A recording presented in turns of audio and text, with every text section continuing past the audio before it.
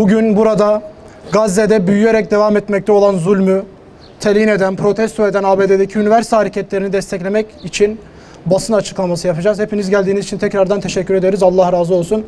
6 ayı aşkın bir süredir Filistin'in Gazze bölgesinde büyük bir insanlık dramı yaşanmaktadır.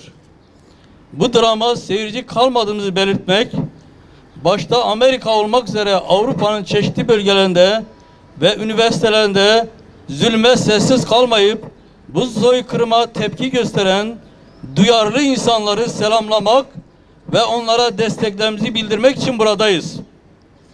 Ayrıca bu üniversitelerin kampüslerinde uygulanan şiddeti öğretim üyeleriyle öğrencilerin çok acımasız bir şekilde ters kelepçe takılarak tutuklanmalarını kınıyor ve telin ediyoruz. Gazze'deki şanlı direnişi selamlıyoruz. Neden şanlı bir direniş? Çok uzağa gitmeye gerek yok.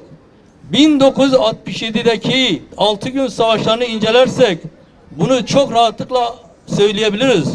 Bir devleti ve ordusu olmayan, direniş başladığından beri elektriği, suyu, interneti kesilen, bütün yardım kanalları kısıtlanan Gazze ise 6 aydan fazla bir zamandır elindeki kısıtlı imkan ve silahlarla tarihte çok az rastlanan şanlı bir direniş sergiliyor. Filistin halkının mücadelesini bütün dünyaya gösteriyor. Filistin davasının haklılığını dünyaya bundan daha güzel anlatılamazdı.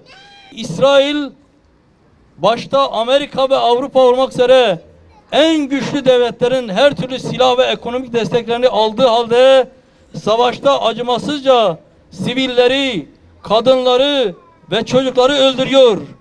Okul, hastane, mabet demeden her tarafı bombalıyor ve adeta bir soykırım yapıyor. İsrail'in tünelleri basıp Hamas'ı yok edeceğim ve esirlerimi kurtaracağım yalanını bütün dünya gördü. Her gün haber ekranlarında da izlediğimiz gibi İsrail'in tonlarca attığı bombalar sonucunda katledilenlerin tamamına yakını çocuk ve sivil vatandaşlardan oluşmaktadır. Batı'nın terörist diye yaftaladığı Gazze'deki direnişçilerin bir tane sivili, çocuğu veya kadını öldürdüğü görülmüş müdür? Esir takasında da görüldüğü gibi Gazze direnişçileri son derece medeni, esirlere karşı en güzel muamelenin yapıldığı bir tabloyu bütün dünyaya gösterdiler. İsrail ne yaptı? Kendi esir vatandaşlarını bile acımasızca öldürdü.